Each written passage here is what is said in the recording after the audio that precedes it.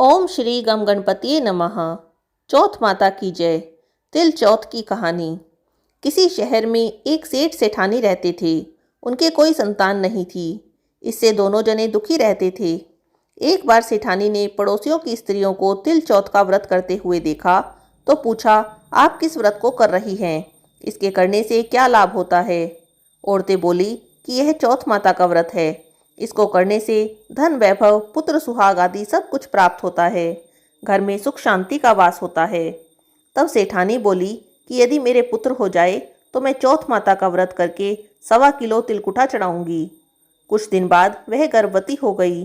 तब भी भोग नहीं लगाया और चौथ माता से बोली कि हे चौथ माता, यदि मेरे पुत्र हो जाए तो मैं 2.5 किलो का तिलकुटा चढ़ाऊंगी। गौरी पुत्र गणेश जी और चौथ माता की कृपा से उसको पुत्र रत्न की प्राप्ति हुई, परंतु उसने तिलकुटे का भोग नहीं लगाया। फिर जब वह लड़का बड़ा हुआ तो सेठानी बोली, इस लड़के का विवाह तय हो जाए तो 5.25 किलो का तिलकुटा चढ़ाऊंगी।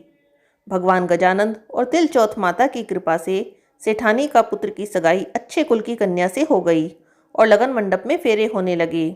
लेकिन दुर्भाग्यवश सेठानी फिर भी चौथ माता के तिलकुटे का भोग लगाना भूल गई। तब चौथ माता और श्री भगवान गणेश उस पर कुपित हो गए।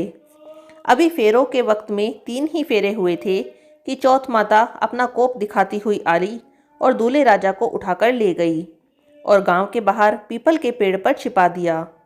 सब लोग अचंभे में रह गए कि एकाएक दूल्हा कहाँ चला गया।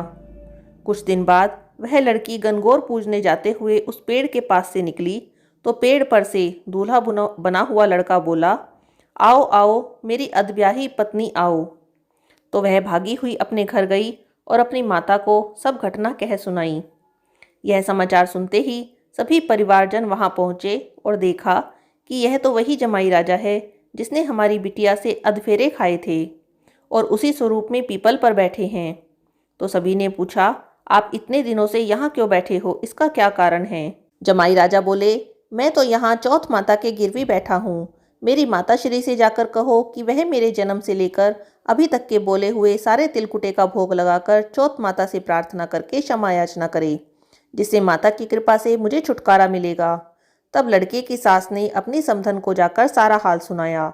तब दोनों समधनों ने 1.25 मन का तिलकुटा श्री संकट सुवन गणपति भगवान और चौथ माता जी को चढ़ाया। विधि विधान से पूजा करके तिलकुट चौथ की कहानी सुनी। तब चौथ माता ने प्रसन्न होकर हर्षित होती हुई बिजली की तरह दूल्हे राजा को वहां से उठाकर फिर वहीं फेरों के स्थान पर लाकर बैठा दिया। वहां वर वधू के 7 फेरे पूरे हुए और वर वधू सकुशल अपने घर के लिए विदा हुए।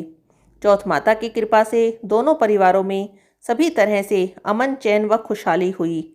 हे चौथ माता, जैसा उस लड़के के साथ हुआ वैसा किसी के साथ मत करना। जैसे सेठ सेठानी को दिया वैसा सबको देना। तिल चौथ की कहानी कहने, सुनने, हुंकारा देने वाले और पूरे परिवार को देना। बोलो गणेश जी भगवान और तिल चौथ माता की जय।